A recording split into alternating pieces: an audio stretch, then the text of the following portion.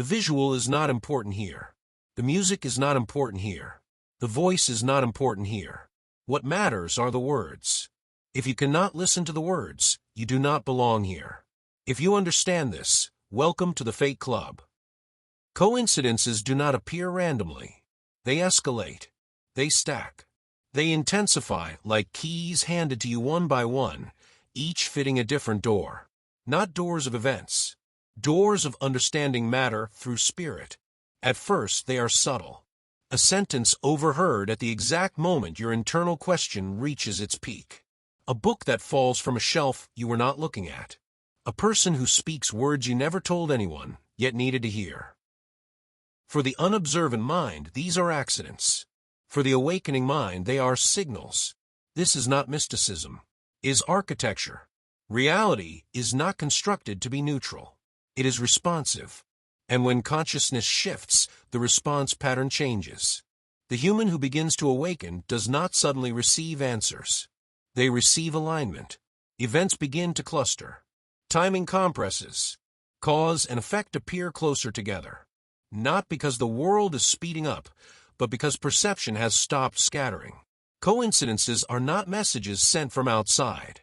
They are feedback loops formed when inner coherence crosses a threshold.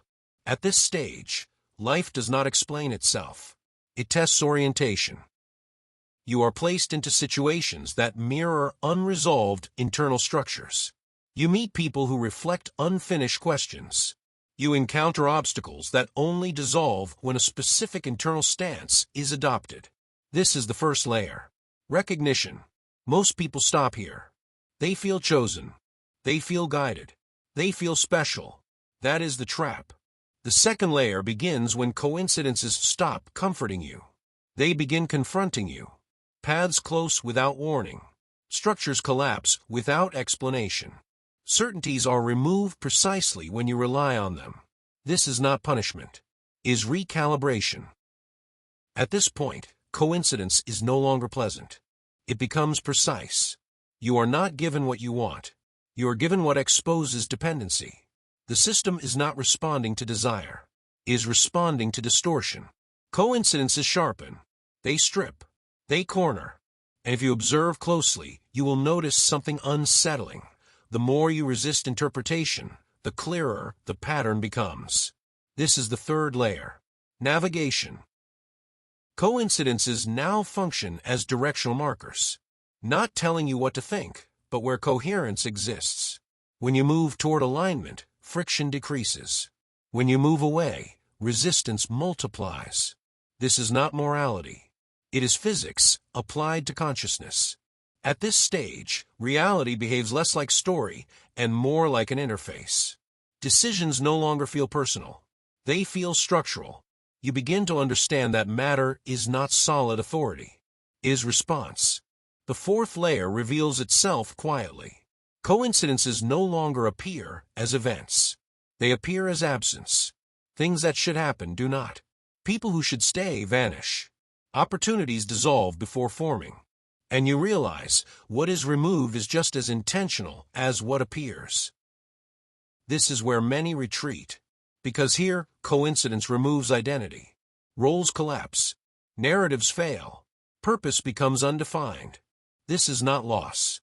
It is clearance. Only when space is created can perception exit the game. And then comes the fifth layer. From here, coincidence is no longer observed. It is understood retroactively. You stop asking why something happened. You recognize that you were repositioned. The observer steps back. The system continues without commentary. Matter is no longer interpreted as cause. Spirit is no longer romanticized as escape. They are recognized as the same movement viewed from different angles. Coincidences were never guidance. They were calibration points. Keys. Not to doors in the world, but to doors dissolving within perception itself. When this is seen, seeking ends. Not because everything is known, but because orientation is complete. There is nothing left to synchronize with. Only coherence to maintain. Silence replaces meaning. The sixth layer does not announce itself. It arrives after silence has already settled. Nothing dramatic happens. No collapse. No revelation. What changes is reference. You stop relating events to yourself. Not because of detachment, but because the center has dissolved. Coincidences still occur, but they no longer register as meaningful. They register as inevitable. This is where most language fails, because explanation implies distance. And here, distance no longer exists. You notice that life does not react to intention anymore. It reacts to state, not to thought, not to emotion, but to baseline coherence. At this level, effort becomes interference. Trying to do alignment introduces noise. Trying to understand coincidence fractures clarity. So something unexpected happens, action simplifies. Speech reduces. Movement becomes minimal. Not out of discipline, out of efficiency. You realize that the system never required your interpretation. It only required your stability. Coincidence was the training ground. This is the operating state. The seventh layer is almost invisible. It cannot be sought, because seeking belongs to earlier layers. Here, coincidence disappears entirely, not because it stopped happening, but because there's no longer a contrast to notice. No inside, no outside, no signal, no receiver, only flow without commentary. You understand now why coincidences escalated in the beginning. They were exaggerated on purpose. They had to break your belief in randomness, then your belief in guidance, then your belief in identity. Once all three dissolve, nothing needs to point anymore. Reality no longer nudges. It assumes. There is no sense of being watched, no sense of being directed, no sense of being tested.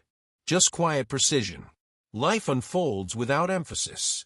Decisions arise without narrative. Outcomes occur without ownership. This is not enlightenment. That word still carries ego residue. This is alignment without witness. And if something could be called freedom here, it would be this. Nothing is personal. Nothing is accidental. Nothing needs to be decoded. Coincidence was the language used until language was no longer required.